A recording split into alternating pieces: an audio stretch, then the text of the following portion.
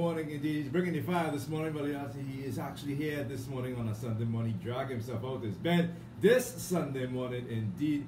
Mr. Philip Alexander, good morning to you. Good morning, Kevin. How are you?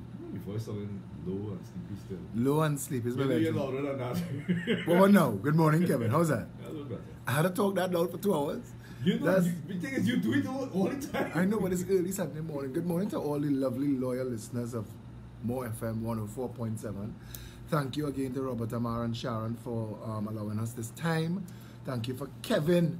Kevin De Freitas is one of the unsung heroes, I think, in politics and activism. Kevin does so much for so many people, and I'm going to swell his head this morning. I don't think people give you the accolades and the thanks that you deserve. And I want to tell you this morning, brother, if one man's applause is a round of applause, then you got 100% of the people in the room. Good morning to all the people following us on social media. Those of you who are up bright and early, I see we have some big numbers for Sunday morning. Yeah? Yeah, that's good. That is good. That's good. People get up, they want to hear what's going on. Kevin, boy, I want to see if the numbers will stay after I start to talk. This morning I put out a post, and I want to read that post. If you would allow me, sir. Go ahead, I haven't seen the post yet. If you would allow me. Go ahead. And just trying to give him more power than you have. Nah, just kidding. But I want to share this post because I've gone full circle. I'm back to my full, unfiltered self. Don't get me wrong. I too am outraged by the slaughter of that or any turtle. But I can't help feeling that if the same amount of outrage that was expressed by the same normally silent citizens was expressed about the circumstances that led to the slaughter of the turtle, it would still be alive today. Like raindrops complaining about the flood we cause, we do not see our responsibility to the better nation we want. We allow our selfishness to continue our slide away from it, and our conversations about what we should be giving our attention to are ridiculed, preventing us from even understanding what is wrong or why. There's a saying, until those who are unaffected by the wrongdoing that has broken this nation are as outraged as those who are, nothing will change. The dead turtle here was not the isolated event, but the result of other, much more heinous acts committed by people we call friends and family that caused it. Are we ready to confront that and those from the comfort of our front pews in our air-conditioned churches? Or do we just want the hypocrisy of our convenient, pious indignation? Our nation is badly broken. And until we, the people, all the people, put aside our differences and agree to confront and resolve all our collective problems, the cancer will continue to set in, and arguing over outcomes will be like dogs barking for the sake of sound. I will end how I began, to assist those struggling to bridge the deficiencies in their own understanding. I too am outraged by the slaughter of that or any turtle, but I can't help feeling that if the same amount of outrage that was expressed by the same normally silent citizens was expressed about the circumstances that led to the slaughter of the turtle in the first place, it would still be alive today. I did not see this turtle slaughter, but I don't like it either.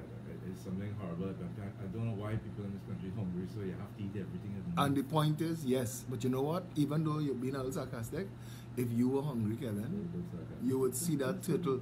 In Venezuela, now they're eating dogs. Yeah, they're eating all the stray dogs that right now in Trinidad, we still have the comfort of our convenient activism that we could post on Facebook that we bought at $10 worth of dog food, and every evening we go and feed the dog by the bridge or by the wall or by the door or by the highway or by the where the hell ever. They're selling the dog and the rat to us in Trinidad and telling all that it's buying meat. But I'm telling you something.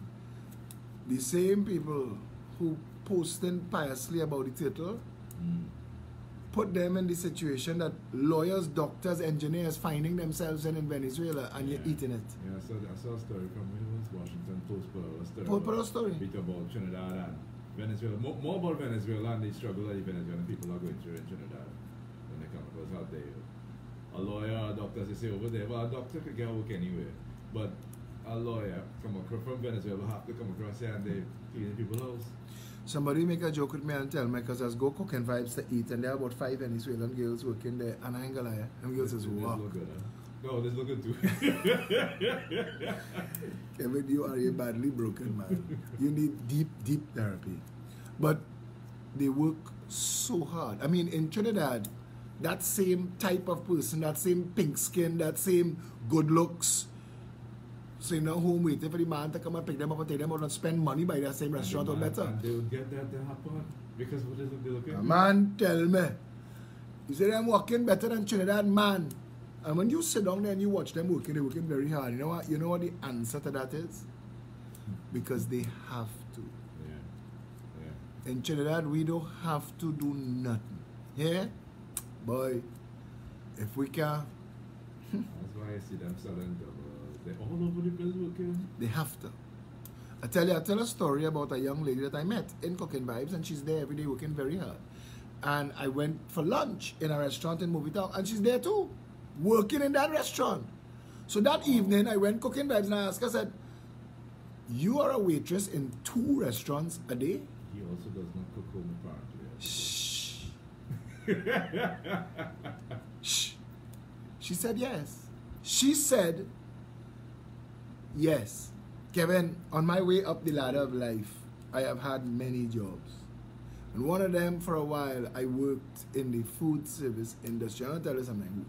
Waiting tables on TV in the movies, it looks so fashionable and fun.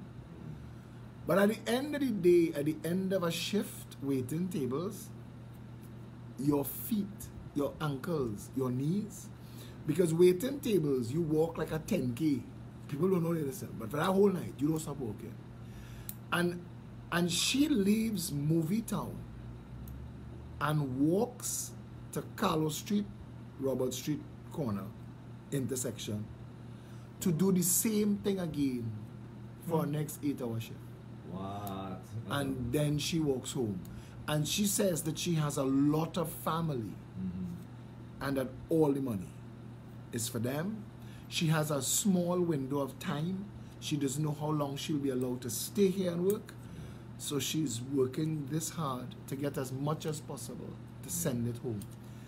And I'm thinking that Trinidadians do not understand how close we are to the precipice. I don't think Trinidadians have a clue that the government has run out of people to borrow from, that we have started to raise country management funds from bonds inside Trinidad and Tobago. That is the equivalent of the government asking everybody to chip up and help them run the country. That's what an internal bond is. Yeah, that's pretty much what it is. And they promise to pay interest on that if there is a country to pay your interest off. They get a good yield, but it's a risk. And after internal bonds, the only thing left is to hand the IMF the keys. Now, it bears repeating, even though I talk to a lot of stupid people, I know a lot of stupid people follow me. And I get that. I don't blame them for their stupidity. But they had to be stupid to watch Venezuela, the country with the largest proven oil reserves in the world. Listen now. See the game, though. And the country failed. We sit in the, and honestly, Trinidadians, Tobagonians, we have been relying on oil, and we're glad we just oil, we happy we have the oil. And if they find more oil out there, we're happy, not realizing or taking into account that the price of oil has dropped, that the world is trying to turn away from oil. You see, Kevin, when our donkey of a prime minister says to his followers and supporters that diversification is impossible and they applaud, I picture sheep racing to the slaughter, pushing past massa. No, but it is ridiculous. I mean, our prime minister is a donkey. I don't want to use the word I use on social media here. You know, they're probably interfering with some people's very delicate feelings. I know, but as I'm telling you, we have a lot of stupid people in Trinidad, Kevin. Trinidad couldn't reach here if we weren't stupid. We're stupid. Let me own it now. They have other words. They have other words you can't use on the radio. Kevin, they have other words you can't use. You can't use on the radio. You can't use it in the parliament. We're going to use it on the side of the road. But for now and for these purposes, let me admit, We stupid. Sunday morning, Trinidad. Yeah, we don't want to see the truth. We Sunday morning, something boy. else. We like the convenience. Bury your head in the sand, man. Yeah, stick it in good. Bury your head in the sand. Walk down the road and pretend. I just drive here. I watch a white man in short pants with ankle weights and weights in his hand. I have a good one I saw last night. Jogging, bareback, along the foreshore. Yeah.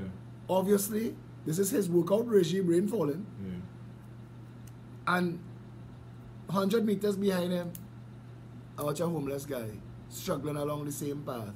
Yeah. And I'm thinking, we are such a nation of fools. We're such jackasses.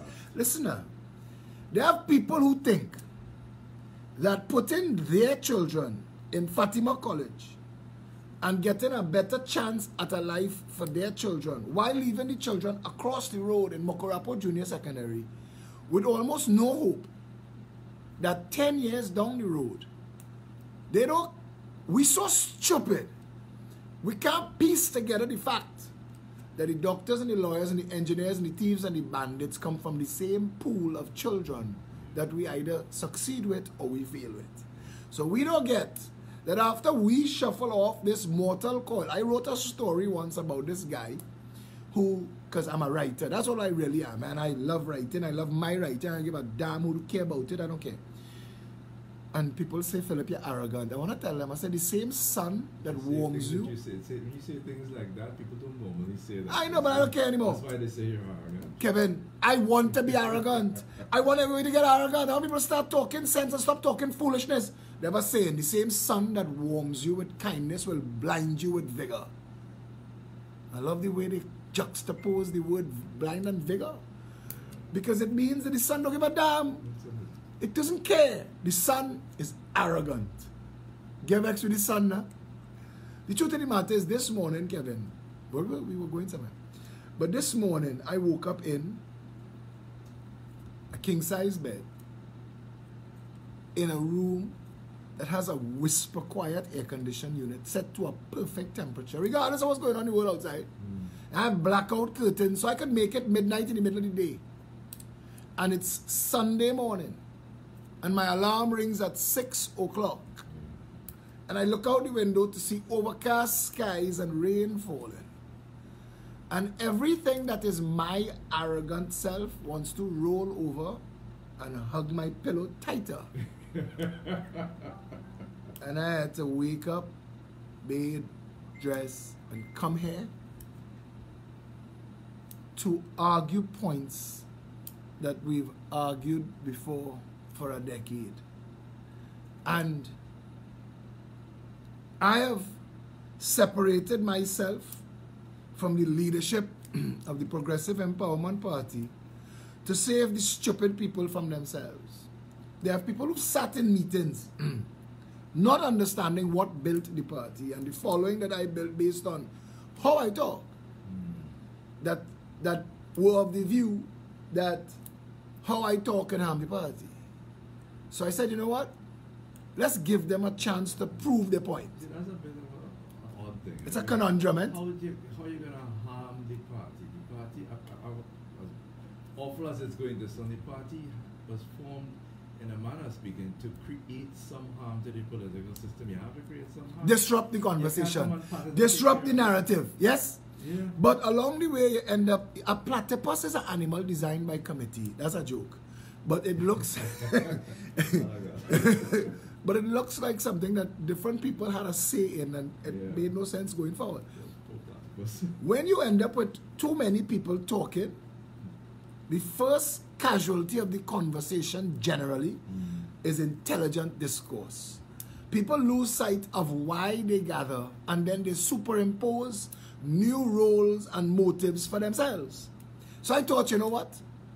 If there are people who believe, and there are people who say, if Philip Edward Alexander is not the leader of the PEP, we join in, we bring in money, we come in. And they don't know me. You see, don't bluff me.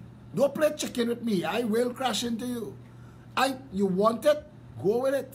I could start a new That's why you decided you're walking away? I could start a new political party in the morning, Kevin. I know what I'm capable of. I know what I could do. I could be in my bed right now sleeping. I have decided, I have to explain to somebody this morning The difference between an activist and a normal person is generally people are only outraged by things that affect their lives, that benefit them or work against them. That's all they care about. That's all they talk about. Activists, Gary Aboud, fighting for the forest. Gary Aboud is a Syrian man, the progeny of Jimmy Aboud, the textile king. Gary Aboud could be living a nice life somewhere, interfering with girls on the floor, because that is what some of these store owners like to do, hire these nice young girls to pinch them. And he could be doing that with the rest of his life. And Gary instead finds himself early morning, late night, down the islands, in the boat, on the beach, in the forest, fighting for things that Trinidadians do not give a crap about. We will listen to morons like Fitzgerald Hines pontificate and wax eloquently on all manner of foolishness and applaud, and not understand that we're collectively contributing to our own demise. We are a stupid people. And 18 months, you know what was the first thing I realized after taking 2 days break? After stepping aside from being the political leader of the party, I realized I no longer have to have a filter. Oh, that's what it is. I no longer have to care about any member of the PEP messaging me to ask me, are you sure you want to say what you just said? I am always sure. Like when I call Keith Rowley a donkey for leading a charge to ban Styrotex. Styrotex food containers represent 4 to 5% of our garbage problem. Water bottles, plastic bottles, this one, Blue Waters, Water One, Coca-Cola, Pepsi-Cola, SM Jelly, they are 90% of what clogs our waterways, what's filling our landfills. It's hard to believe that we have so many plastic bottles out there and nobody seems to care. Kevin, there is a plastic beverage container bill languishing in the parliament. Languishing is a word that means doing jack all.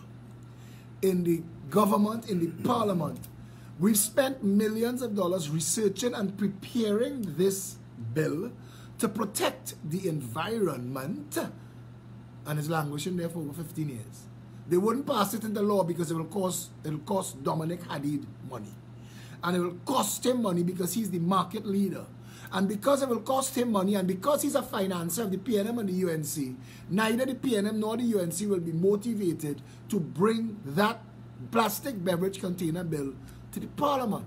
So we do not protect the nation. We cause the flooding. We cause the mosquitoes to breed. We damage our country because us as stupid people continue to elect 41 monkeys, donkeys, fools into the parliament. And we're okay with that.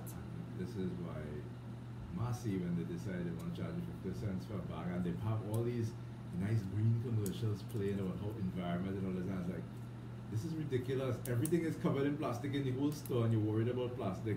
About trying to charge me for a bag. Thank you. Yet all these nice ads playing at the same time is. Thank you. I don't understand. Thank you. 20% of Massey Floor is Coca-Cola bottles. Same company, Caribbean Bottlers. 20% of Massey Floor is Coca-Cola bottles.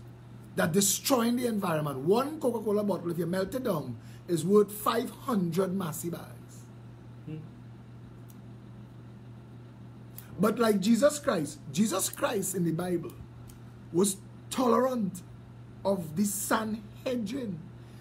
He spent his time with lepers, the modern day, the AIDS victims of the time. He spent his time with lepers, with tax collectors. The most hated people in society at that time were the tax collectors. Jesus Christ spent his time with prostitutes. He forgave a prostitute. He forgave an adulterous woman at a time when women were nothing more than property. When they were about to stone this woman to death for committing adultery, which was a capital crime, Jesus Christ said, stone her. But the person without sin, you throw the first stone. He who tolerated the Sanhedrin, the tax collector. If the he lucky Mother Teresa wasn't there. No, but anyway, the Sanhedrin, the tax collector, the leper, the prostitute. Jesus Christ went in their houses and had dinner with them. You know who he hated? He hated hypocrites. The only people in the entire story of the life of Christ, do you ever hear him bad talk, are hypocrites. Jesus Christ threw a tantrum twice in the entire story of his life. Once, when he went to get a fig from a tree, and the tree had no figs. So he cursed the tree and told it will never bear again. And that was a demonstration of why absolute power corrupts absolutely. But Jesus Christ referred to hypocrites as broods of vipers and empty tombs. There's nothing more scary than a brood of venomous snakes. An empty tomb is something that serves no purpose but threatens everybody because it beckons and it calls you to a finality that is sure. Yeah? Right. Hypocrites though. And hypocrites have a problem with me because I see them coming a mile away. I watch people who go to Movie Town in Woodbrook regular. Yeah. They in everything. They're watching the movies, they go in, they're buying the clothes, they go in restaurant, they're drinking, they're liming. There's Movie Town Pyong, as my father's called it. Pyongs. When you do something, plenty the old people used to call you a Pyong. Yeah. And they are leading the charge on all of the people who don't care about the environment. Movie Town was built where the mangrove swamp used to be. And the first time Gary Aboud became known as an activist, he pitched a tent at his cost. In the middle, he was the second person after Lincoln Myers to do a fast before Wayne Kublal Singh stunted it and made a mess of it. Gary pitched a tent outside Jean Pierre Complex and fasted and raised the issue of the mangrove swamp and the breeding ground for so many essential flora, fauna, and aquatic life. And these same people boo him. We paved the road to Movie Town out of shells of the hairy blue crab. I remember Eden Shan standing up for the Queen's Park Savannah, which is the lungs of the city, but more importantly, under the Queen's Park Savannah is a natural aquifer. And anything that compresses the soil on the savannah prevents the aquifer from being replenished. So we could pump all the water. The savannah have about 9 wells. If you pay attention driving around the savannah, you'll see little wassa huts. Those are wells. The savannah has about 9 wells that are tapping that aquifer that has water inside of there about 5 million years old. It's like a lake under the savannah. But if we compress the savannah, if we drive on the savannah, if we pave it... All I heard is there's a lot of water in the savannah, yet there's no water in Port Spring sometimes. Stick a pin in that. But if we compress it, we will not replenish it. Right. So like stupid people, we will drink all the water, and then the water will run out, and then we'll be thirsty. Eden Shan was an activist, and he was standing up and trying to prevent them from paving the savannah. I remember that. And Carlos John dumped a truckload of gravel on Eden Shan while he was trying to block them from paving. And the same convenient, hypocritical, outraged, pious environmentalists, Monday and Tuesday, is be whining down low on that piece of paved savannah. And what I don't like about Philip Alexander is, I see them from a mile away. You're bitching about this dead turtle, but you don't care about the mangrove swamp. You don't care to give a damn to fishermen and friends in the sea, the fight that they're fighting right now to save our last and the first old growth forests in Trinidad and Tobago. We have an environmental management authority. I want you to hear this. The purpose of the EMA in the beginning was to protect that forest. Right. That's what it was set up for. So what's their purpose now? To give permission to run a highway through it. And that is the idiocy of this country. We, stupid people. Tomorrow morning, our parliament is going to be turned into a circus. Tomorrow. I mean, it's pretty much theater now. But tomorrow it's going to actually become a circus. And I want Trinidadians to hear me carefully, because they're good at getting distracted by bullshit. But I want them to hear this. The Keith Rowley that stood up in that parliament on the 20th of May 2013 and quoted from documents where he was reading and said that Kamla Persad Bissessa, Anand Ramlogan, Suraj Rambachan, and Gary Griffith conspired to commit treason, to misbehave in public office, to destabilize the administration of justice, to illegally wiretap and eavesdrop on the director of public prosecutions, to scandalize and defame a journalist, and to threaten her life, and conspire to commit murder. What journalist was this? Denise Wren. The same Keith Rowley that read those words, the Keith Rowley that took his time to say, this is what Gary Griffith said. That Keith Rowley, it's in the Hansard, it's carved in our parliamentary stone. Keith Rowley said Gary Griffith responded to either Suraj or Anand or one of them clowns. Don't worry about Wren. She have skeletons. All journalists have skeletons. And what she don't have, I go make up for she. I go add for she. And then I go get to our noisemakers on Facebook to destroy her name. Keith Rowley said Gary Griffith said and did those things. Keith Rowley said that in response to a request from then Attorney General Anand Ramlogan to keep an eye on Roger Gaspard, the Director of Public Prosecutions, Keith Rowley said that Gary Griffith said that Gary Griffith was going to corrupt the SSA, that he had people inside there, and that it was done. We was wiretapping and eavesdropping on this man.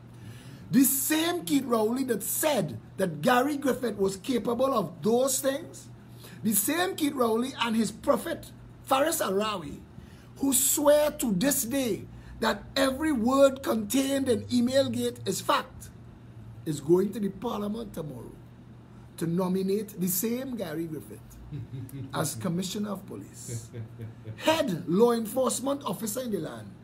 To the 5,000 police officers who will be working below him, the message is clear. In this country, crime pays as long as the government of the day wants crime to pay.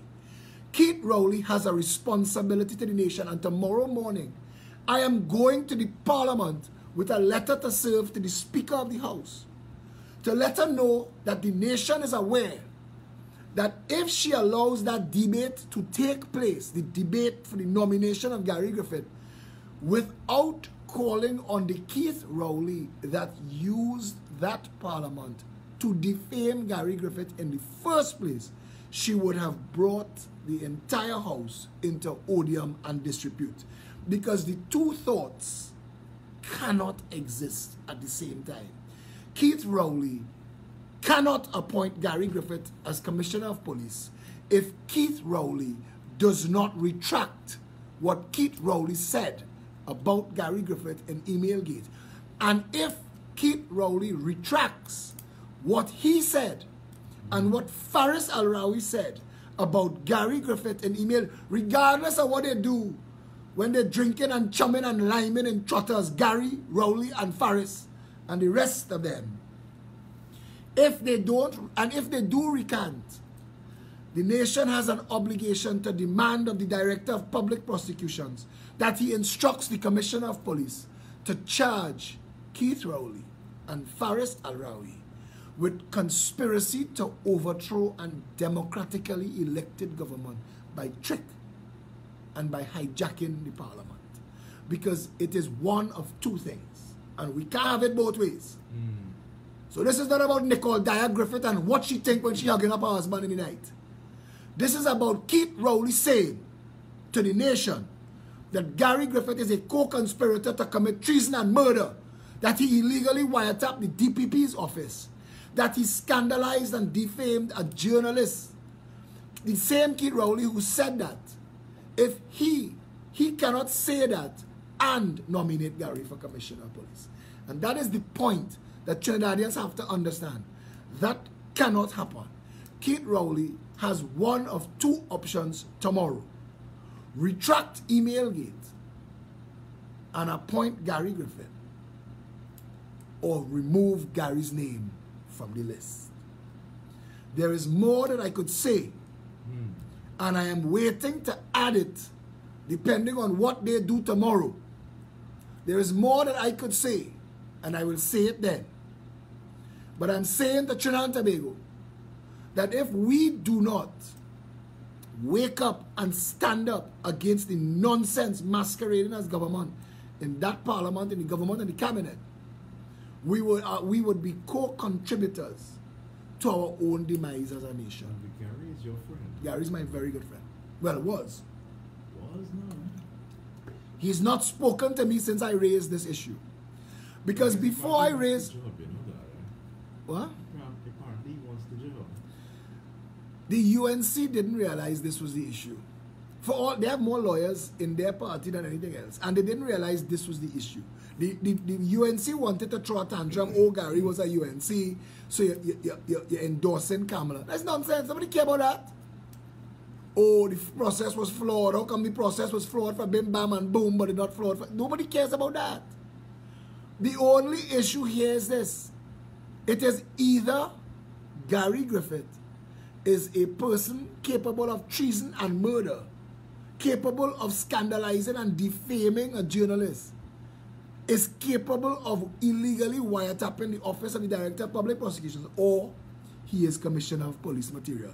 You can't have it both ways. I don't think he'll get it. Kevin, when they send you for a police certificate of character, what they're saying is, it is a testimony that you are a person of sound and decent character and that you can be trusted. How is it possible that we could sit idly by? There are clowns and fools and monkeys in Chotters. I hear them. I hear this the nonsense Nicky Bord had to say. And I told on my live video. This is not about whether I like Gary Griffith or not. This is not about whether Gary Griffith can do a marvelous job as Commissioner of Police or not. And the jury is out on that one too. Because this is not like Minister of National Security, where you get to be chief cock on the block. In the police service, it's a completely different world. And there are many big cocks on that block. And for all the criminologists and lawyer that Gibbs and Iwatsky were, they came here with stellar records. And our police service, as set up, made them fat. When Jack Warner offered to buy out Gibbs and Iwatsky contract, they took that right away. Because they were frustrated. And the police service, if it doesn't want to work with Gary Griffith, Gandhi, Jesus, Mahatma Gandhi, you can bring anybody. If the police service don't want to work with them as set up right now, that person can't do nothing.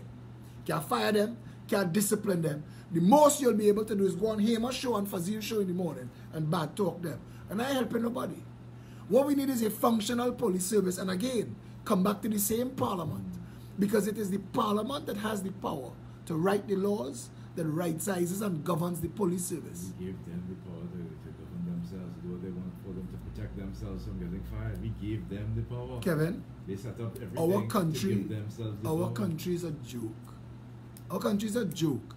And but for racist voting, because I had to tell Fitzgerald Hines.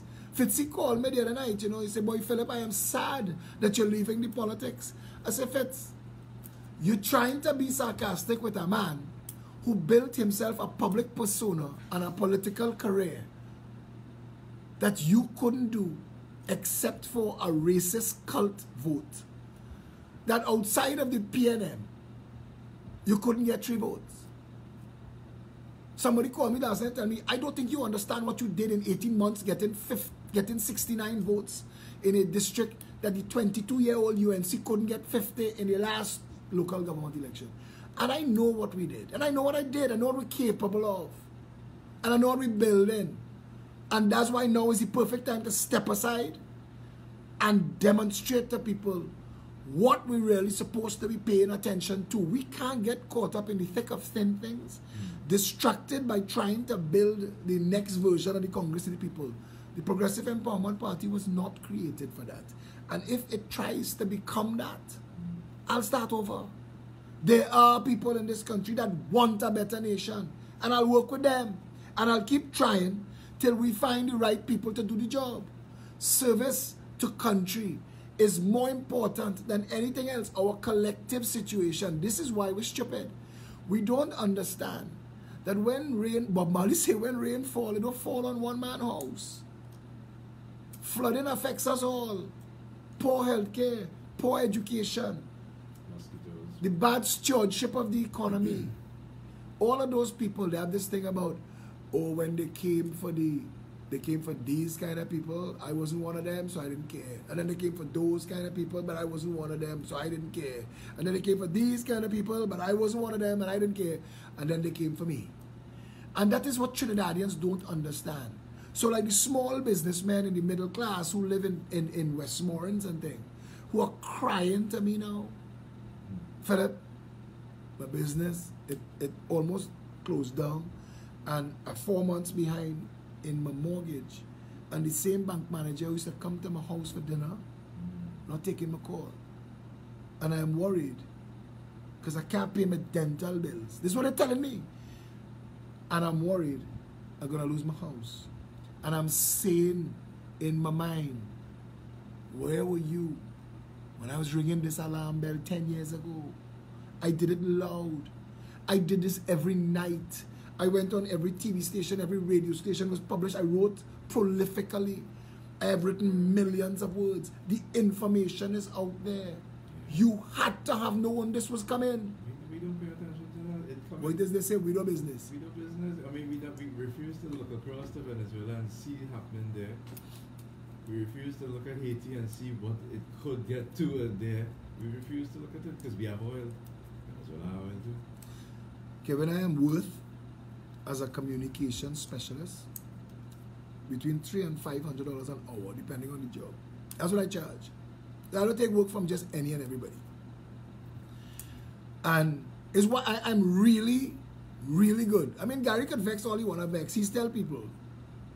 A large part of his reputation is as a direct result of work that he and I did when he was minister. Communications is what I do. And every time I give up an hour of my life for politics, I give up between $300 and $500. And it's like when they say, if you're worth $100 an hour, but you could get your car washed for $40, but you wash your own car, you just paid $100 to wash it. You understand the analogy? Yeah, I do.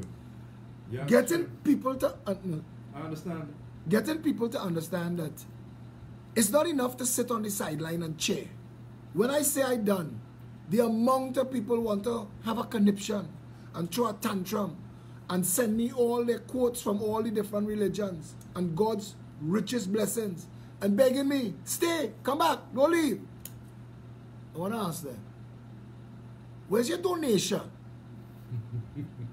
Where, just to get people to commit to one donation a month, $100. It's hard. They will sit and watch me every night, pour my liver string out into that social media live video, cheer me on, applaud me, but ask them, give us $3 a day now. Contribute $3 a day. That is, and I know, disrespect to me, because you don't think I worth $3. You're watching me for free. And for as long as I do it for free, people are happy. And yes, and if I stop, they'll go and look for the next monkey to follow. But ask them to support, because I tell them, everybody wants change, but nobody wants to come and help put out the chairs at the revival. They want somebody else to do it. Not me. Generally, people who look like me, who have the knowledge that I have and the abilities that I have, do not stand up for the poor. Our poor people, rank and file, the mass of them, are undereducated. They've cornered them. They've painted them into a corner. They've left them insipid. That brings me to the point of something I saw last night. I was passing, there was this homeless man on a bench. He was out here by for some reason the name of the place escapes me. Right there, the big buildings right there. He was right outside on the bench in front of One Woodbrook Place? Yeah. The bench in front by Pizza Hut there. You could have pointed, you know. I was pointing, but he was looking down. Sorry. He was a homeless man. Could see that, smell that. And he's reading this article in the newspaper that Trinidad is rich again. And I couldn't help but look at the irony. The juxtaposition. Trinidad is rich again, and this poor man, nothing, is reading. I remember sitting Man down. could read. He's not stupid. Kevin, I remember sitting down in Jerry Hadid's office once, waiting for a meeting with Jerry Hadid, and Jerry and his daughter were trying on diamond rings. Wow. And she was modeling diamond rings for Daddy. And I was thinking, boy, this place so stinking dirty and rotten to the core. Nice. That we have people in this country whose only concern is what they have, how they look, and how they eat, and how they sleep. I tell you this morning, You can justify what that is.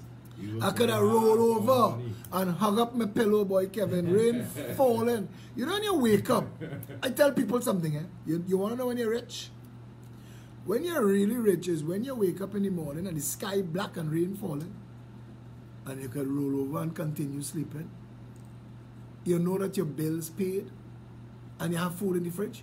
Anything else beyond that is unnecessary. Totally unnecessary. Everything beyond that is ego.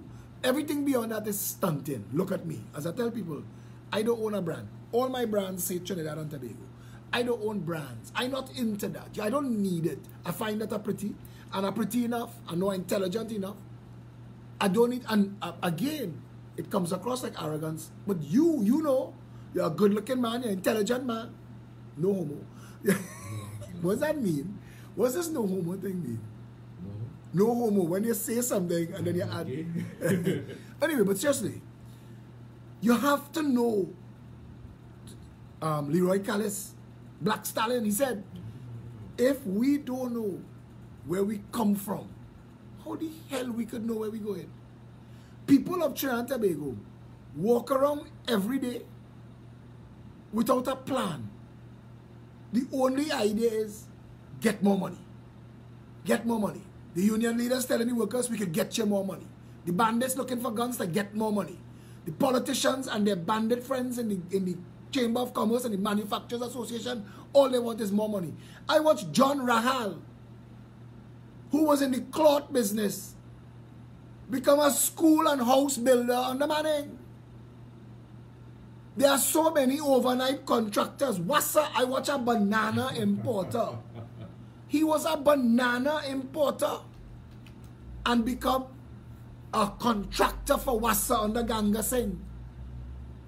I am seeing them fighting over $1.5 billion in reports and accounts are missing from CPEP.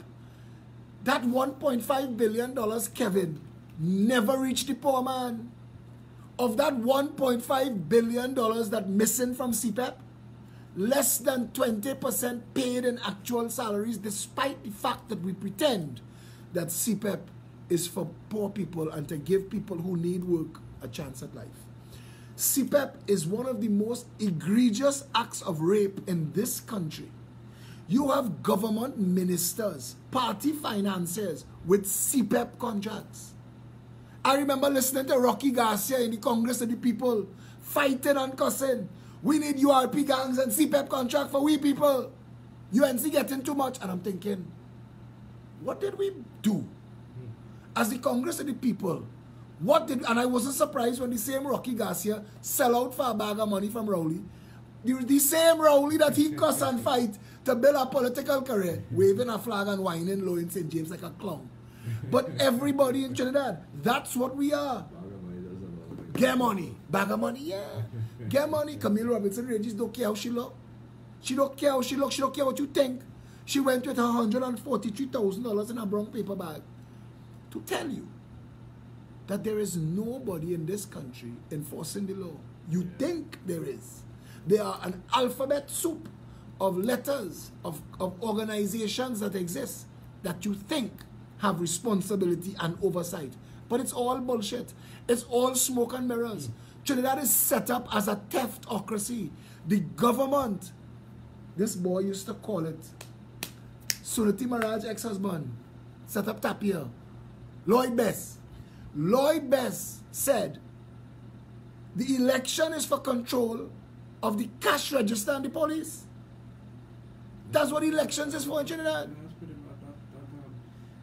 good. That's correct. But that's what Lloyd Bess used to say. I agree with that. That an election in this country is for the cash register and the control of the police service. Now, Trinidadians are sure why they're stupid. Trinidadians thinking, I go hold on to the bandit side in case something fall on me. In case I get something. Yeah. And we don't see that the price of a bear or a block or a brick or a bottle of, or a loaf of bread or a banana in Trinidad and Tobago has outstripped the value of our money. Yeah, A banana in Trinidad bananas get so expensive. is $2.50 for one average. A banana. A single. Not per pound, eh? No, it depends. Some bananas. You buy 3 bananas for $7. I bought one banana in St. James for $5. It was like a big banana. A loaf of bread used to be $1.99. Not that long ago. It is impossible, I think, to get people to understand basic economics. That we fighting for more money every day are pushing the cost of living away from us. That when the union celebrates that 50,000 people are going to get an increase of X amount percent, the central bank adjusts the inflation to accommodate that.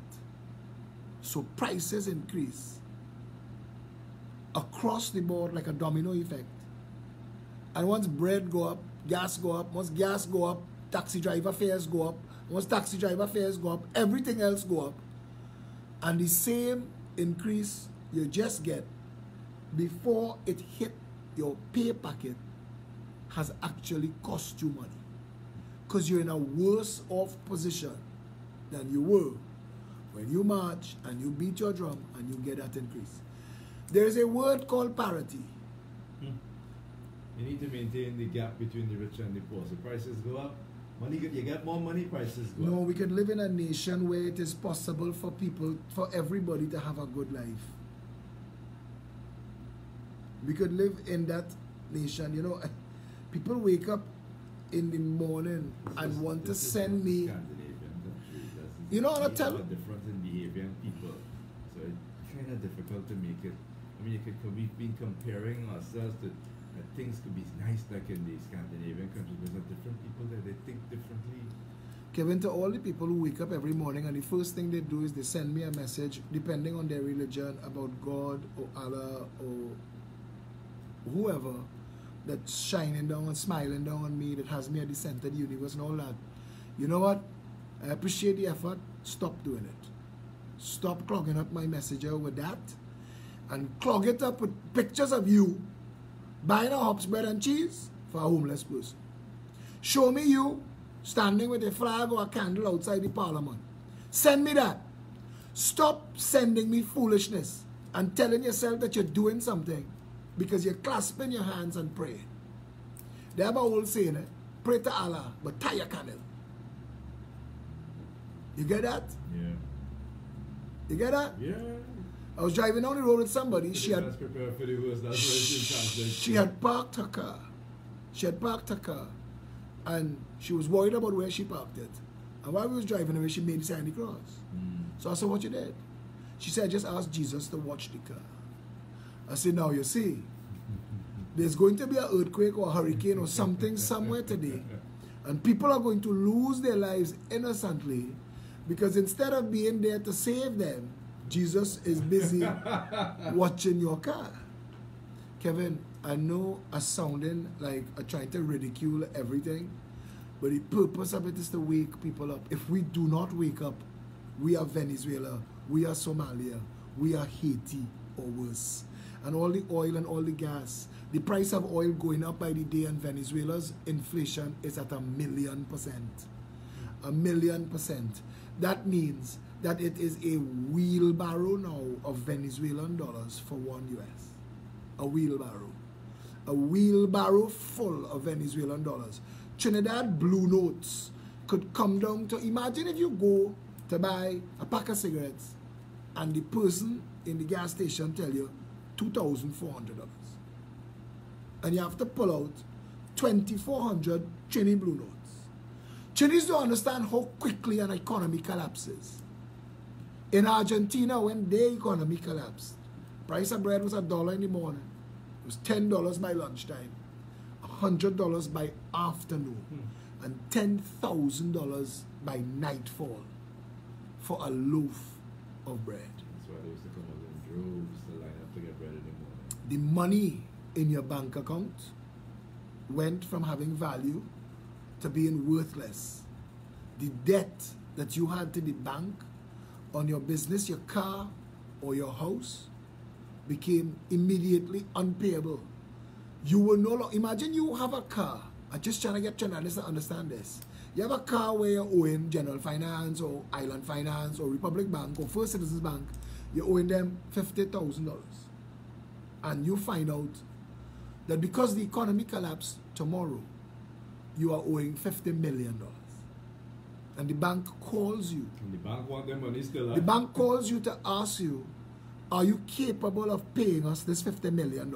Because that's how much you owe now. As ridiculous as the bank will do that. That is what happened when the housing bubble crashed in America in 2008. You were living in a house worth $100,000 and you owe $50,000 to the bank. But the housing market crashed and it spiraled into the actual financial sector, and it caused the real value of money to escalate. So that your house that was worth $100,000 before and you're owing $50,000 to the bank, because the bubble crashed, your house was now worth about $10,000 and you're owing more than $50,000 to the bank. So the bank is calling you to say you do not have enough equity in your home to continue this loan. Do you own anything else? Because, and they coined the phrase underwater. You were underwater. You had less equity, and that is a conflict with a bank loan for a mortgage, that you have to have as much equity in the thing as the bank. And people were just losing their homes. Yesterday you were middle class. Today, you're sitting on the side of the road with a cardboard in your hand saying you will work for food because your 3 children starving. And it can't work out in your mind that this is a reality in your world. Because yesterday, your biggest problem was who was carpooling on Tuesday. And who were taking the children to after school extracurricular activities. But now, you're on the side of the road. You and your 3 children, homeless. And your wife flirting with a man in the bar, hoping he had money to give you all so you could eat tonight. And Trinidadians are so stupid that instead of looking to our Venezuelan brothers and sisters who come here, and besides helping them, learn from them, we're taking advantage of them. They have a saying about Trinidadians, if we can't screw it or eat it, we kill it. And if you look around at our nation, that's pretty accurate. Kevin, if you look around at our Trinidad and Tobago this morning, and who vexed lost, who don't want to hear this sermon this morning, I don't care. But this is our reality. And until those of us who are responsible for this being our reality, who continue to vote race, who continue to pretend that taking advantage of other people is a way to run a country, until we wake up to those realities and fix it, we're going nowhere. Miss Gatcliffe put out this post about this turtle, and you could sense the outrage in Miss Gatcliffe. She took 13 pictures of the dead turtle shell, and she cussing and calling down God on the people who eat this turtle. And I'm wondering to myself, has Miss Gatcliffe in her Goodwood Park existence ever known the hunger that will make you slaughter an innocent animal and eat it?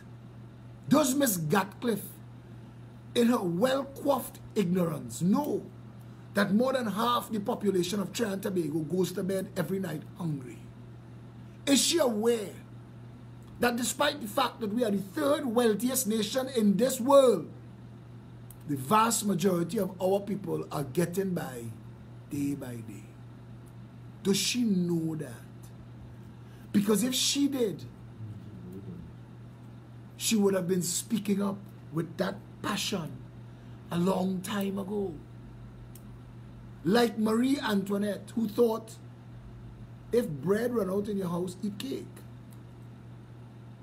Many of our people at the upper echelons of society have been shielded from the conditions of life that people in River Estate, Bagatelle, Covine, Mason, Rich Plain, La Puerta, Factory Road, Abbey Pujad, Big Yard, Scorpion, Sanganga, Caranage, Belmont, Gonzales, Never Dirty, Hard Bargain, Waterhole, Cocorite, Harding Place, Embarcadere, Enterprise, La Hoqueta, Talparo. If they knew the conditions these people lived under in 2018, they'd save their piety and get involved in rescuing this country. I want to believe that Miss Gatcliffe is speaking from ignorance. I want to believe that she didn't know that when her husband used to sit in the Chamber of Commerce and contribute to the demise of this country and the establishment of a continuous and forever underclass, that her outrage would have been better spent at the dinner table saying, honey, did you know that as a direct result of your action, you ever heard of chaos theory? As a direct result of your action, a turtle was slaughtered on the beach. She wouldn't have had to get 50,000 people to share it. She could have gone to the source. She could have said, hon, you know the Chamber of Commerce could be assisting in making this a better nation. Darling, sweetie pie, chum-chums, do you know that the Trinidad and Tobago Manufacturers Association shouldn't be used to plunder and pillage the country, but should work in harmony with other established organizations of state and stakeholders to build a better Trinidad and Tobago? Love-ups, lovey darling, hun. But we don't have those conversations because we are an indelibly stupid people. We drive in the most expensive German cars. And they don't even have mechanics in the country to fix it. But we're not sensible enough to understand what we contributed to by our actions. Take a break. We're going to take a quick break, people. Trinidad and Tobago, it's the 13th anniversary. Welcome to Hawaii. What is our ad song like for this show? Huh? Play our ad for them to hear because I've never heard it. They're not going to know coming up after. Well, the introduction of Philip Morning.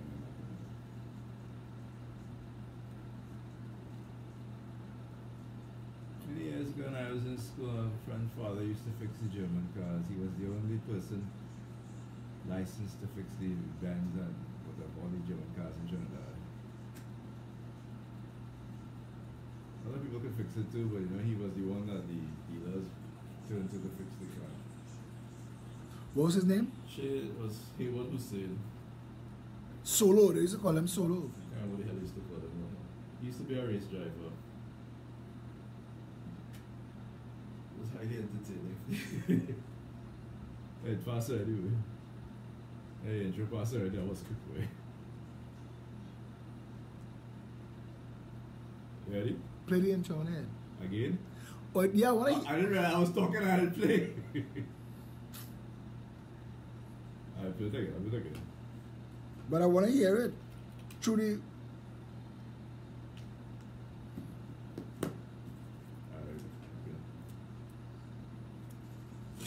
With Philip Alexander. Alright, so we're waking up with Philip Alexander indeed this morning. That's the whole promo. Yeah, that's the whole thing. What does it say? Wake up. Wake up with Philip Alexander. I like that. Sell that idea. Breakfast with Phil. Sell that idea. Alright. Wake up with Phil. People, he is trying to wake you up right now to the reality of what could be in Trinidad. It is, I wouldn't even say could be, it's an eventuality if we continue to move along the way we're moving along. Eating, drinking, and screwing everything or killing it. Because that's what's going on right now. We don't seem to care because it's not affecting me. People, it's not bothering me. people liking chum chums. Chum chums trending. So that is, but all the same, people, it's time to wake up and realize Our collective responsibility. our respective responsibility. Kevin. Things are getting better. They're getting harder. You don't realize, I mean, you're feeling nice. You went and buy pizza last night. You're feeling good. Things changing. Pizza, that's the line for you. I don't know. I saw a lot of people Pizza. buy pizza last night. A lot of people. Happiness is a warm pizza to Kevin. Kevin, when you're a parent and you go to Cars the all out in the road. I said, what the hell is all these people? Everybody buying pizza tonight. when you're a parent and you go to a school and your child is doing well, you should be conscious enough to ask the teacher, are there any children in this class that are not doing well that could benefit from a little extra parental support? Maybe even a contribution towards some afternoon classes. Because the day we start nipping in the bud this notion, you know what we're good at? We're good at shaming each other. We're good at blaming each other. That's what we do. We're very good at assigning blame. That's what we do. So when we see somebody, Do anything you want, so long as you know there's somebody to blame, you go ahead and do it. Because it's their fault. you know who understand that well? Sasha Singh.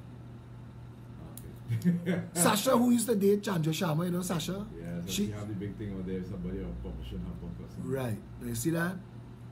Now they've made memes about her and her book to shame her. Yeah. But Sasha understands that while they're doing that, they're promoting her. Yes, they are. So she understands and uses this country's natural propensity to shame people to her financial benefit. She's brilliant. And I applaud her publicly for knowing how to maximize her assets and to benefit from the market forces. That is another way of saying. Anyway. I know she's selling her book. I said that all the talk about somebody steal her book or somebody pushing, all of that is just to push the book so you buy the book when it come out. It's just for herself. I want to read it though. You want to read the book? I want to read the book. And I told Sasha, I want mine personally autographed to Philip, my chum chums. I want to, I'm going to trademark chum chums. I don't want to laugh at Kevin, but our condition in Trinidad and Tobago is funny. Nobody cares. We don't care. If tomorrow Keith Rowley go and open the jail and take a man off death row and make him commissioner of police, take him to the president and say, pardon this man. You sure? Yes, pardon him. By the power vested in me, you pardon. Take him to the parliament and say, forget what KPMG say. I want this man. Because that's the law of the land. And it's all bullshit. It's circus. It's theater. We pretend it's real, but it's not. We don't even play a real nation on TV. The world knows. Trinidad is a joke. And the only reason they take us seriously still is that we had a little oil money left. But when that run out, Barbados and Grenada waiting to spit on we, you know. We treat them bad, you know. Eric Williams lend them little money, and we whine on them for decades for it. And they waiting to answer we back here. You see how Guyana and Jamaica done leave we in the dust? 2 years ago, Guyana and Jamaica, you could have bad talk there. No, Jamaicans saying, it could be worse.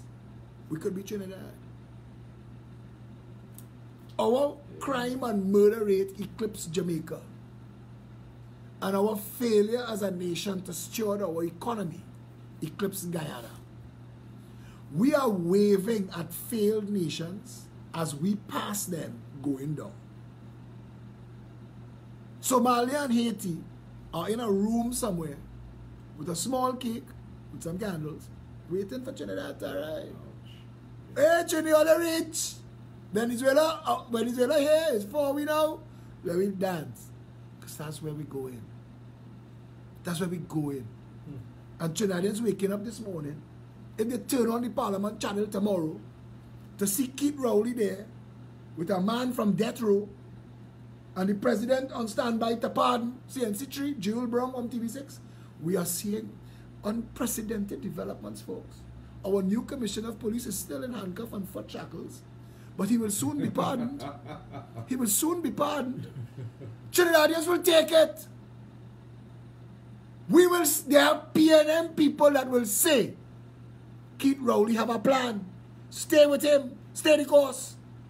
That man from that row, maybe the best thing to do is bring the best criminal in the country.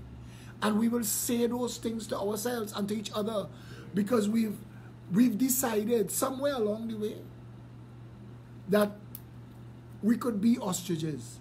We could be stupid. If you know the saying, when your neighbor house on fire, wet yours. That's all we know.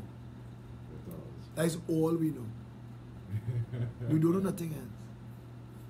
We have no clue. When we look at people marching against governments in the world, we don't equate it with civic responsibility. We think them people rich, they bored, they fed up, they have no interest, they like to be on TV. We tell ourselves all kind of stupidness when all that you are watching, regardless of where it is. What did we say when Haiti decided to arrive and they raised the price of fuel? They're not rich, they're not bored, they granted because... And the price of fuel not only did not raise, the president had to step down. Yeah. See what happened? The people power. Madonna is a billionaire. Madonna owns rights to music and movies in the hundreds of millions of dollars. Madonna don't ever have to stand up in the sun or the rain. Madonna don't have to touch a door handle again in life.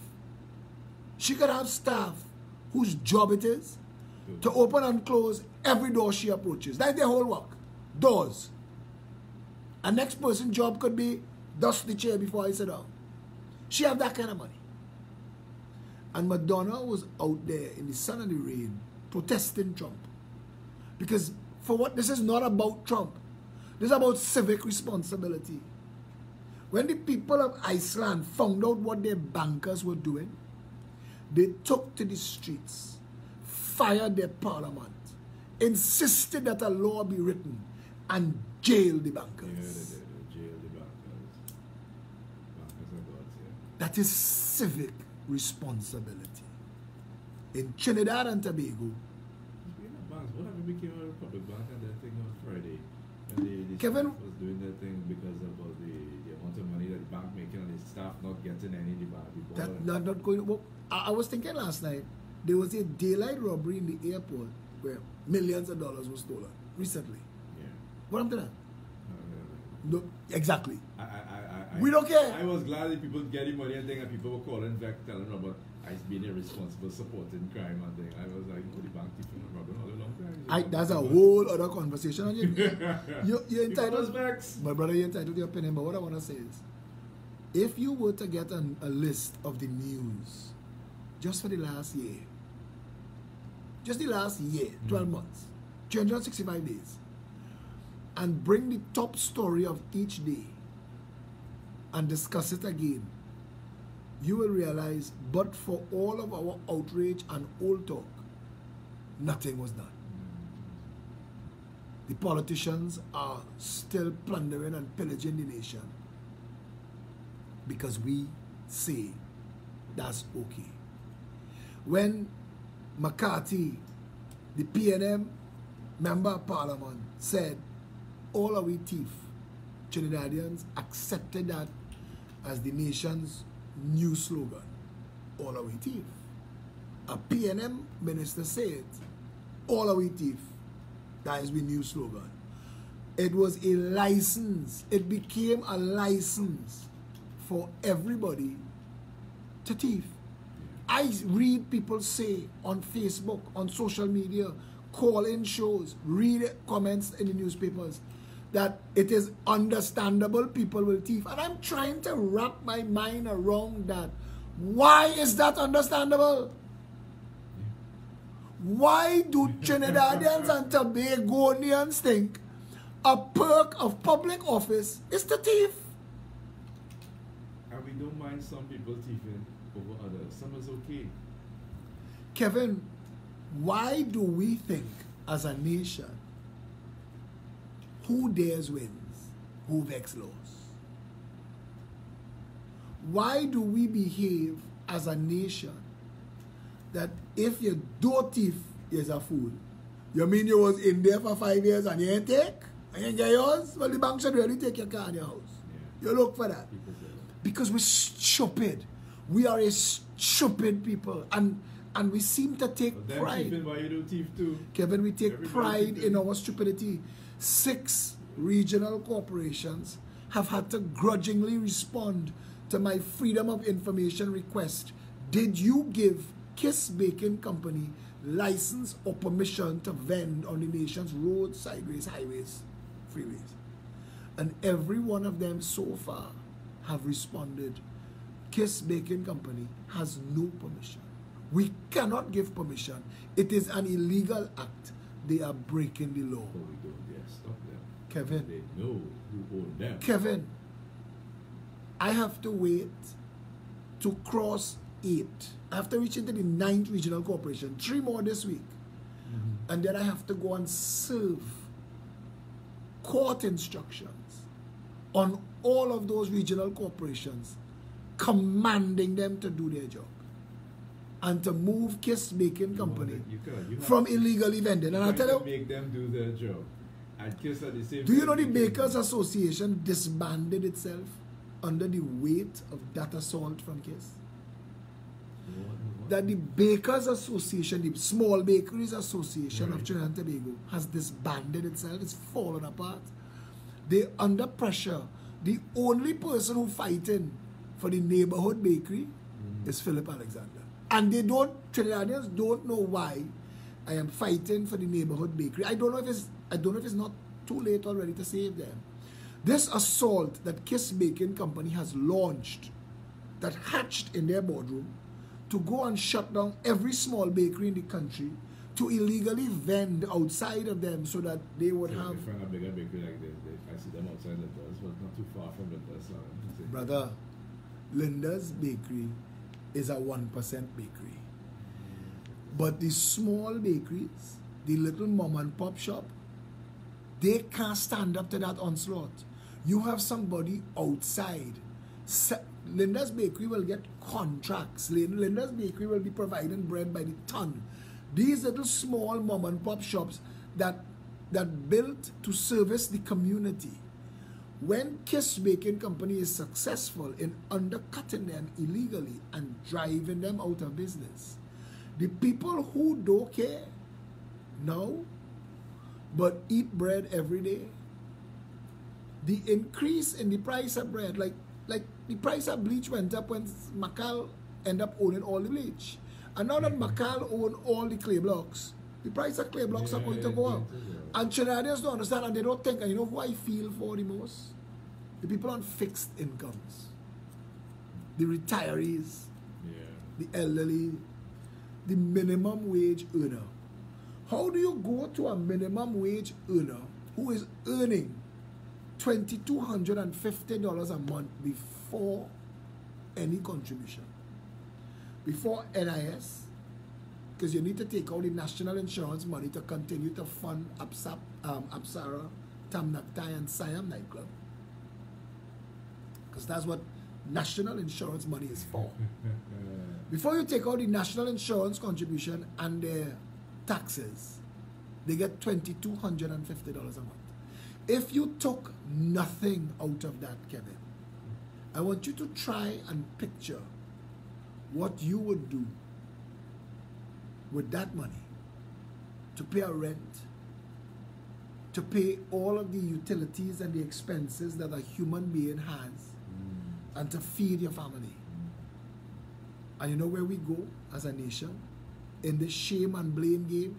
Who tell them to breed? Who tell them to make children? That's how we talk. That's how we talk. We believe that you're supposed to have money to make children. That's how we talk. It's kind of supposed to. It makes sense. There is supposed to be, in a properly run country, a line under which no citizen should fall. True. That is the mandate and the responsibility of the government. And the government of the day is supposed to ensure that the systems are in place. You know what the systems are? The systems are simple things like banking regulations that ensures that people get interest paid on their money, that onerous fees are not unduly applied, and that credit is available in the economy. Things like jobs. It is the government's responsibility to say, okay, as of now, our line is minimum wage. We as a government pledge to move that line under which no citizen can fall behind. We pledge in the next 3 years to raise that from that level to minimum wage plus $20.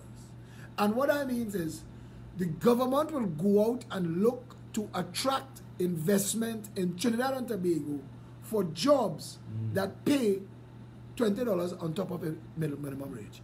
So that all of the companies in Trinidad and Tobago that are paying minimum wage, that are profiteering and existing on slave labor, will have to either right-size their business model or they will go out of business and other more properly set up businesses will come in.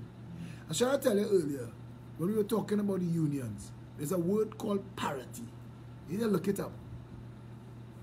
But the union leaders are usually corrupt themselves, that sell out, that take their payoff, that has used the masses to march. We want 13%, we are taking a cent less than 30%.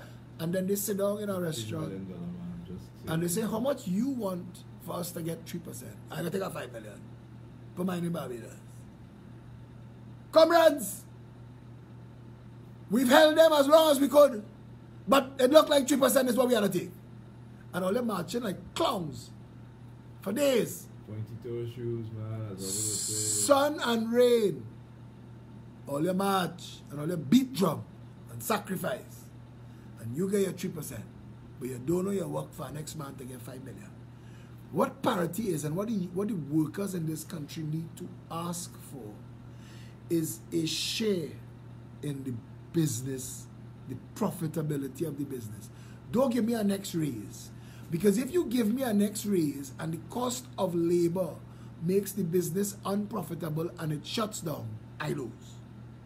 Here's what I want you to do for all of us. You get your money, but you lose your work, as Keith would say when you hear you're on a foreplay ahead. So let's look at it like this. Let's talk Petrotrend. Everybody getting a fair salary. So instead of marching for an increase, let's work with profits. Let us cut out 40% of the profits and put that in a fund for labor. You know how we're doing it? When the company does well and makes a profit, the size of the profit, 40% of that is shared among the workers. You just gave the workers a vested interest in improving outputs and reducing costs and lowering losses. You just got the workers in a perfect world to agree to work together to the best success of the company because it reflects in their salary. And every state organization that is labor intensive, that needs to be labor intensive, should have that as the agreement. So that the workers are aware if the market price fall out, because our next 20% has to go towards stabilization.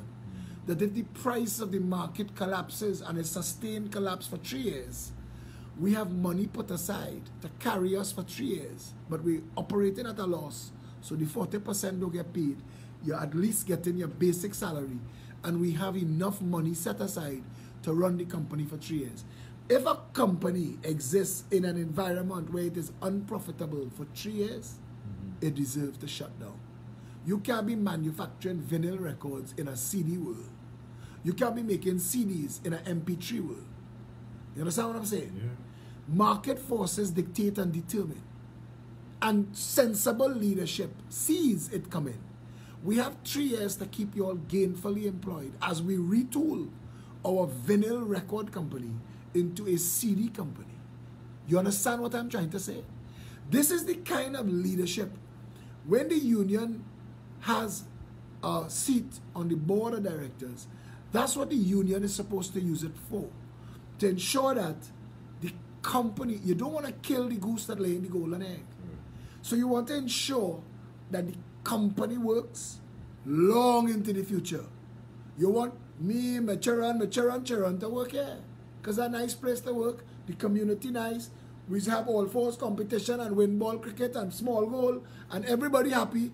Every Easter is curry duck. And we good. Because all you want is happy people. Your community working, it's successful. Everybody having their needs met. That's a perfect situation. So to not kill the goose that laid the golden egg, you want it planned and structured that way. Because if the owners and the shareholders of the business could be guaranteed a healthy 40% profit every quarter, they're good. To them and all, it makes sense. And that is the kind of management that hybrids labor, leadership, and management to the benefit of everybody. But we're not having those conversations. So we march and we ask for more money that drives the cost of productions up and kills the business. And we don't see that. It's like I said, they march, they want more money, they want, because they want to have enough money to meet the cost of living. And the rest, what to hell with the rest, all they have to make do. We getting enough money to get to the cost of living. And again, Kevin, that's the problem with Trinidad and Tobago. The problem with Trinidad and Tobago is that we don't understand that each and every raindrop contributes to the flood. Each and every raindrop It's all about waking up and realizing what contributes to the We're flood. all part of it. We all have a say in it. We all have to realize what is going on. Yes, you could go down the islands today. Yes, you're going to the beach to Lime. Yes, you're drinking. Yes, all these things are nice. But you cannot lose sight of the reality of what is the country, what it is slowly becoming. What they don't hear what somebody else say? We taking calls? Yeah, you take some calls, but I have no headphones. Huh? Good morning. Yes, good morning to you. Yeah. And kudos to him. Now, I want to state what data book because we can take that and switch and down to I'll do the state age. I'm a 35-year-old young man. Right? I'm an African, East Indian, so I'm a Douglas. All right. I want to say something this morning to that gentleman. I really wish. Now check how much really and really I say that God could bless him someday to be in the position to conduct, to dispose, to correct the situations that have been going on for the past 65 years or more. As an independent country under the old colonial master laws, they never changed the constitution because the constitution provides for the politicians to thief every 5 years and nobody can say nothing, nobody ain't getting locked up. The constitution provides for corruption to go on and nothing to happen to nobody. I call it from two. And since I want to keep a respect as a young man to the Prime Minister, so I'll tell the Honorable Prime Minister, if I had to say what I say out of what in my heart as a young man, I would say the repetitive things that would not be Very different. We know it. since Kid Rowley announced a port and ferry in Togo. And this is not a racial thing I want to say, fact. Two groups, ethnic groups of people have landed here. All of a sudden, people who have owned land for more than 50 years don't own it no more. Because there are people in these two groups who know ministers and carry on land here.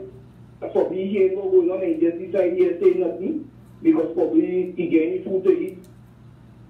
And I find friends supporting him because I'm talking the truth. There are things happening that have never happened in the history of Togo. I want to say this to the Prime Minister this morning and his entire cabinet. Be careful of the things that you want to do and the changes you want to bring. Because already we have gun violence taking place in Togo for land. We have people threatening people. We have East Indian police coming in front of people's yard on behalf of the East Indian rich friends. That's the way it was yesterday. Pause him for a second. And it was today. Pause him for a second. Hold on. I want to be able to talk to him for a second. Hold on a minute. Philip want to talk to you. Yeah? Caller, and I just want to say this there. And I understand your outrage, but they have a way and a means for us to have conversations. And I know things are wrong in your community. And I want you to, my number is 682-2110. I want you to send me a message off air so that we could talk. And if it is possible, I will come up there and we will. Gotta get a pen. Do you have the pen yet? That should be I wish I should have walked with my headphones. Let me get a pen. Go 682-2110. And I just saying to you, he listening there? He's listening there? You listening? Yeah, go ahead. I just want him to know that I explained to him that I don't have no headphones, so that's why we have the that's why we have the conversation like this. But I want him to know that he could message me and I will come to Togo and we will look and we will see and we will talk.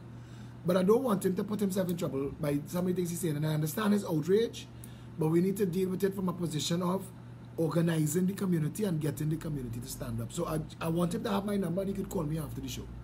You heard him, right? He says thank you very much. All right. Yeah? Things going on there, good. But as you talk a caller, you know. If anybody else would like to call, you have a question for Philip, now's the time. 628-9595 628-3131. 628-9595, 628-3131. And you don't have to just call and talk about the issues. If you're watching on social media and you have a comment about the beard that I'm growing, you could call. You see the poll? I run a poll, it's getting good. I get more. Good morning. Hello? Hi, good morning. Alright, good. Well, your speaker there is probably going to act premature on Monday. I think he needs to get, has to get what you call it, the thing done first before he can protest. Because suppose the Prime Minister announces somebody else and doesn't announce who you think we feel that he's going to announce. Alright. I want to tell the caller that the debate is planned and there is only one item on the debate, which is the nomination of Gary Griffith for Commissioner of Police. We understand that is the protocol and so forth.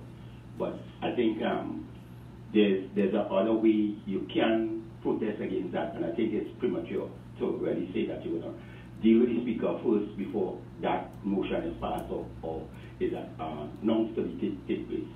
I want to caller, could I want to ask the caller a question. Well, listen, you want to ask you a question? Caller, you understand that the problem I have is not with Gary Griffith, but with the fact that he was scandalized and defamed and that his name has been called in all manner of things. The issue is that you're going to try to get the speaker to take some ruling on whether a person can do something in the past and come back and contradict himself in the future. Don't you agree that that is a correct ruling? That you cannot defame, scandalize, and call a man a murderer and then come back and then appoint him Commissioner of Police? That is essential, right? Because we have to have good basis for doing the right thing. But what I'm saying is that it is not in your power as yet to protest because it hasn't happened as yet.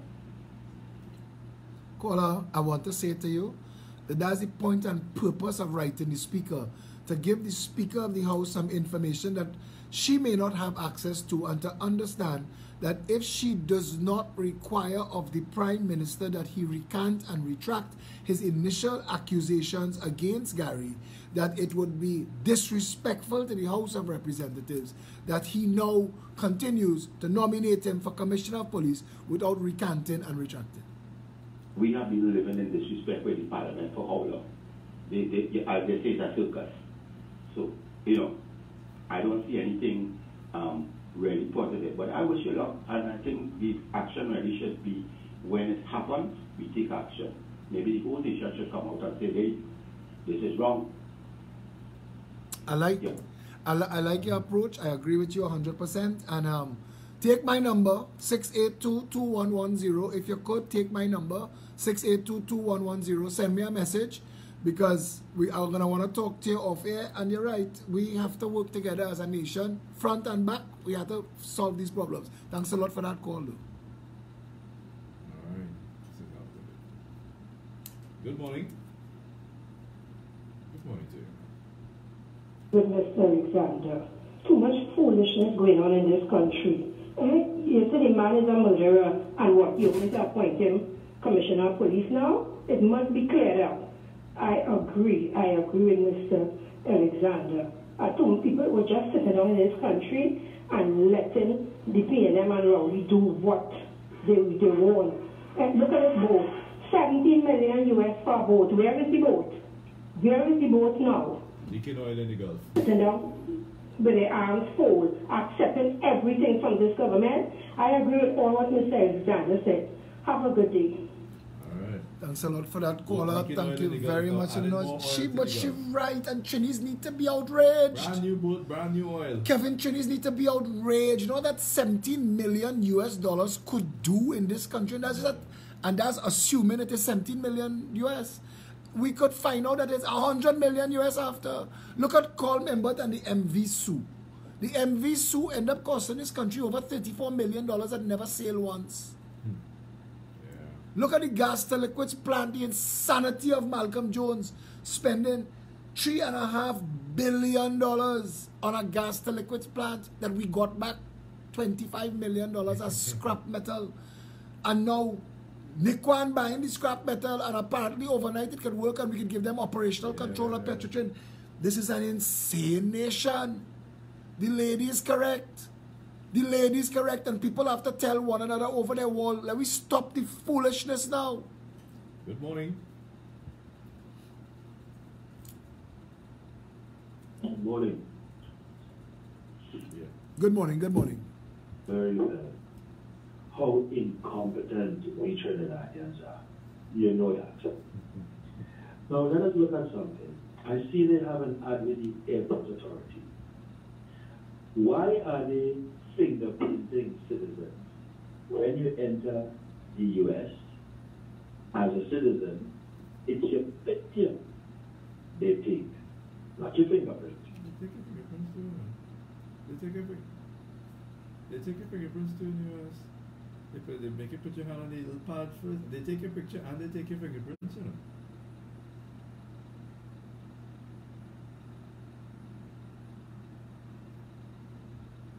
Picture. A United States citizen, if you're a US citizen, all they want is a picture. Well, that's a US citizen. But a foreigner, they want your fingerprints as well.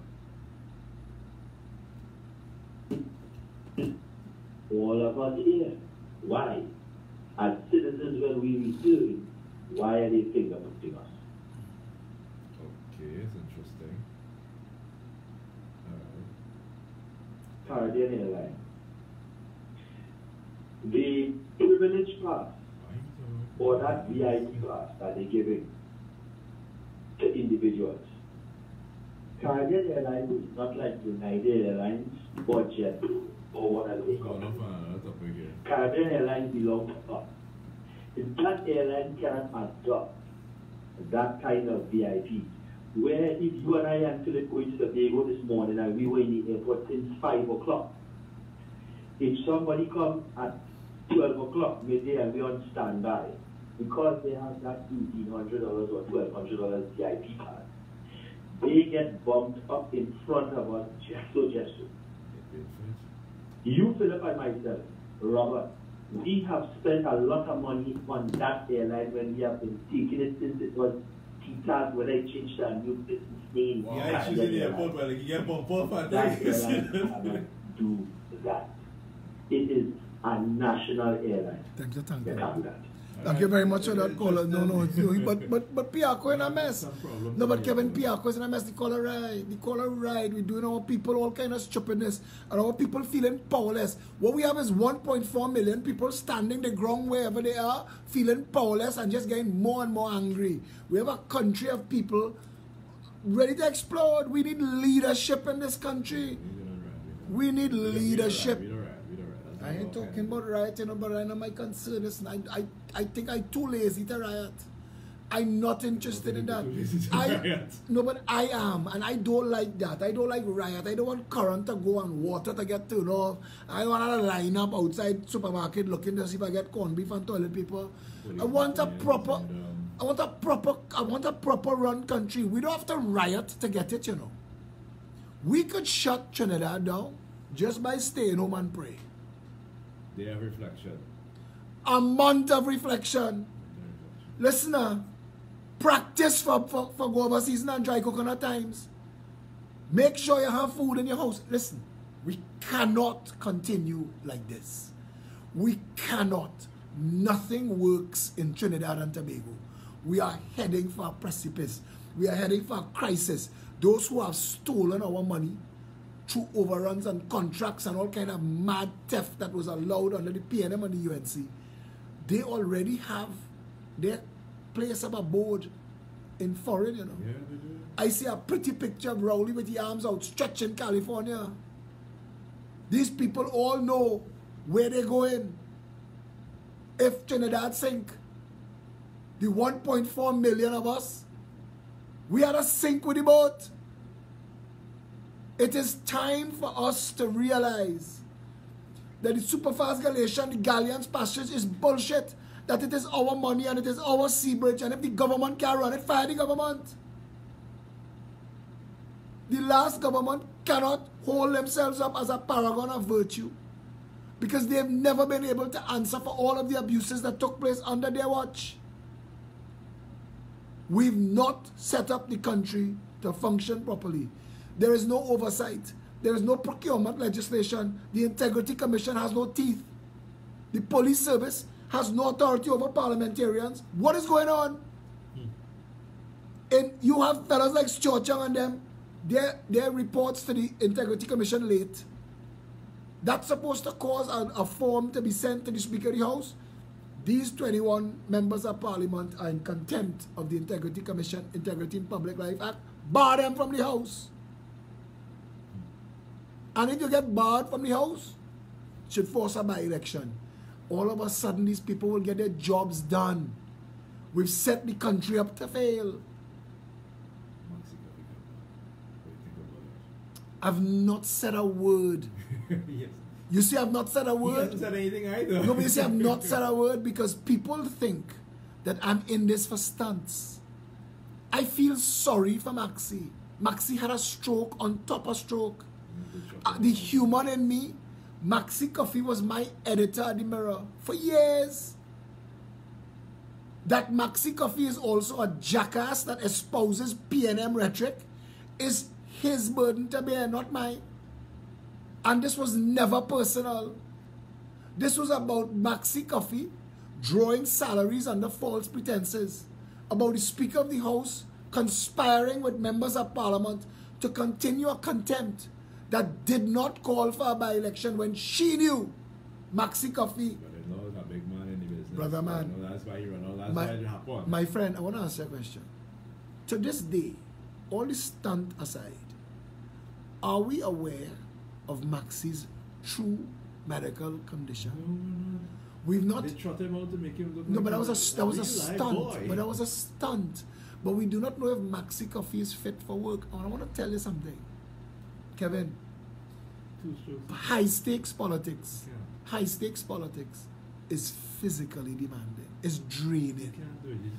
You cannot put Maxi Coffee back in the House of Representatives. You will kill him. You will literally kill the man. Maxi Coffee's brain is compromised. You need to respect him and retire him. Stop bullshitting the nation. Stop pretending. Stop lying. Stop abusing the privilege of Parliament. Give us a properly run country. That's what you're paid for.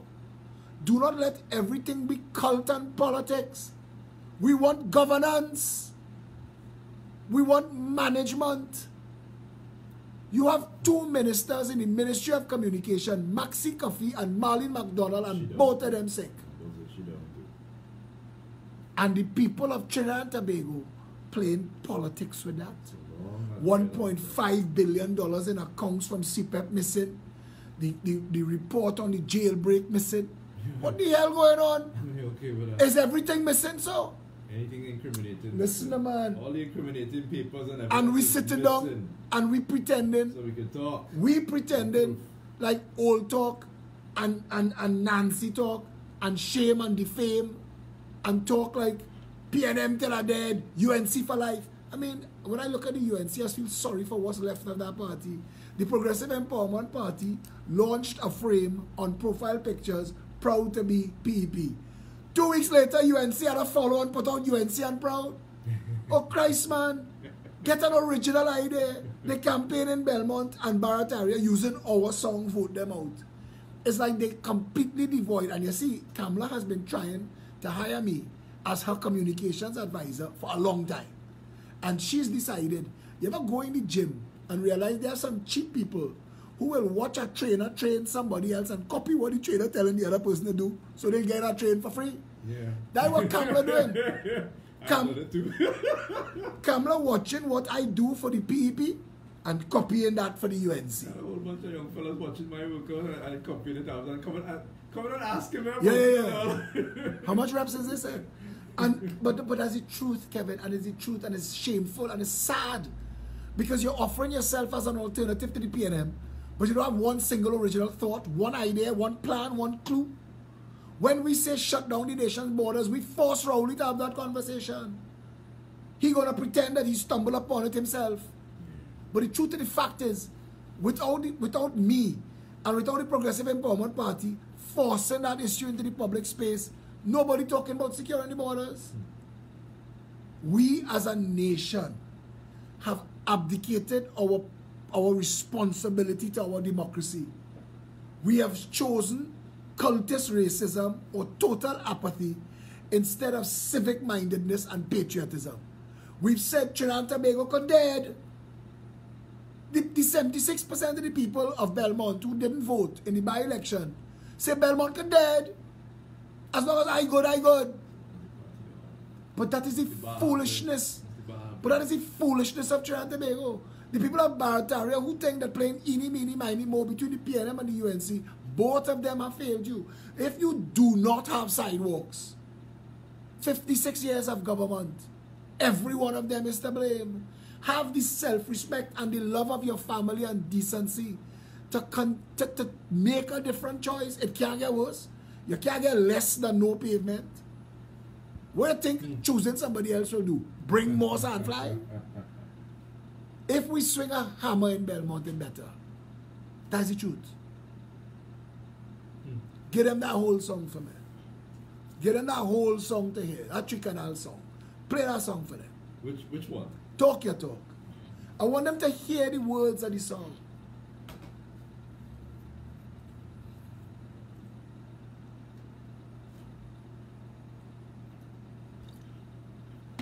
Play it through the speaker.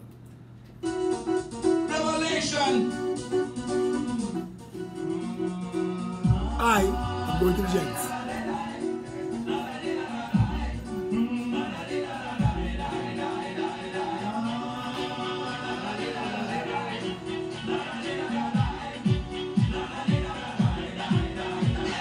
People miss the violence.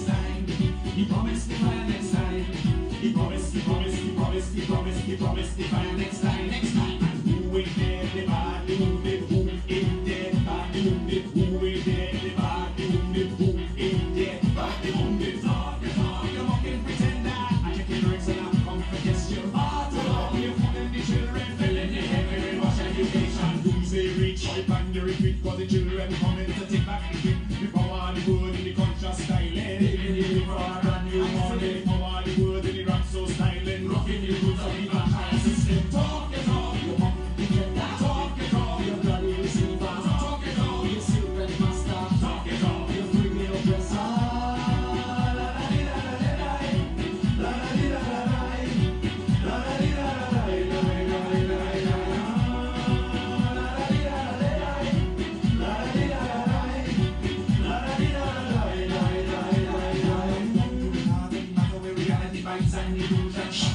Right down to the heart and matter. Desire of us and reality scatter. He promised to find next time. He promised to find next time. He promised, he promised, he promised, he promised, he promised to find next time. And who ain't there, the badly wounded, who ain't there, the badly wounded, who ain't there, the badly wounded, who ain't there, badly wounded. Talk your talk, you mocking pretender. Check your legs and I'm come to test you far too long. You're fooling the children. Filling the head with brainwash education.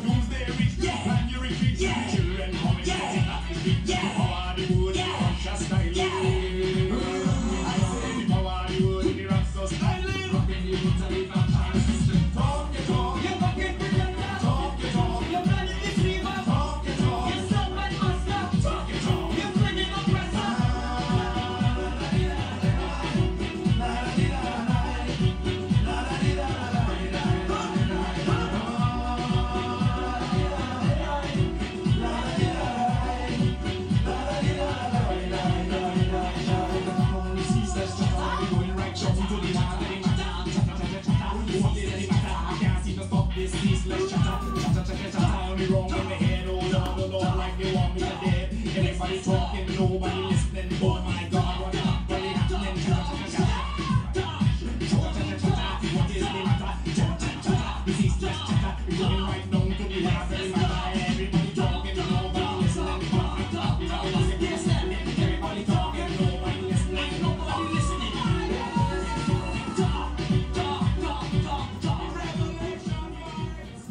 Ah, boy, indeed. Revelation Talk, indeed. vibes, Revelation. Just revelation. talk. Everybody just talk. Nobody wants to do something, stand up, have some kind of action, realize we're going to wake up. Talk. Kevin, I can talk, you know, so. I know that you do, and you do it well, and you do it so prolifically. And I want to say this: that our reality is that nothing will change until we change it. We know the problems. Trinidadians could talk, and that's why you and I could talk. We have that genetically, but I want you to understand. Until we get beyond talk, until we're willing to confront and resolve the issues that divide and separate us, that allows the oligarchs and those who have been using the nation to their own financial betterment, until we get to the point where it can't be so hard to set up this nation to run properly. It can't be so hard to put oversight. It can't be so hard to build a proper education sector, health sector. Success leaves clues. This is being done all over the world. What's going on here is being done on purpose. It's a plan to destroy and to profit. To raid it. It is a raid. Trinidad is being looted. That is what is going on. Trinidad is being looted from on top. We are being looted. Not to see the truth, to look away from it. We are seeing somebody thieving at the same time, somebody go, oh, look at the pretty Kevin, the police was supposed to go into CPEP. There is a chancellor of the exchequer. Money has been released. They could piece together all payments. You cannot, Kelvin, listen. The accounts may be missing, but the accounts documents have to be there. Nobody and thief the whole filing cabinet and gone. They're bullshitting the people. The police need to go inside CPEP and lock people up. That's what has to happen. The prison report. You telling me nobody back up that? They type up that report for the prison. But I'm saying to you, redo it, Kevin. They know all the people. They can still dig it Kevin, back out. all the people they spoke to, they could reconstruct the report. They're playing the media is a tool of an oligarchy system designed to confuse Trinidadians. The accounts in CPEP, the accounts in the THA could be done. Public service is... You know how you know when you really want to hide your criminality, you do it like Wassa and you burn the accounts office down. And if it ain't burn, if it ain't burn enough, 2 weeks later you come and you burn it again. I'd be laughing, we good. I'm telling you, until Trinidadians have some self-respect and some civic-mindedness and vote a real leadership into this country, we ain't going nowhere, you know. Because all of this is planned, it is executed over dining room tables, between businessmen and politicians. There are lawyers and accountants in this country that help them plan how to destabilize anything like a system of accounting and response. We, the people of Trinidad and Tobago, have to say to ourselves, we are the ones that are allowing this.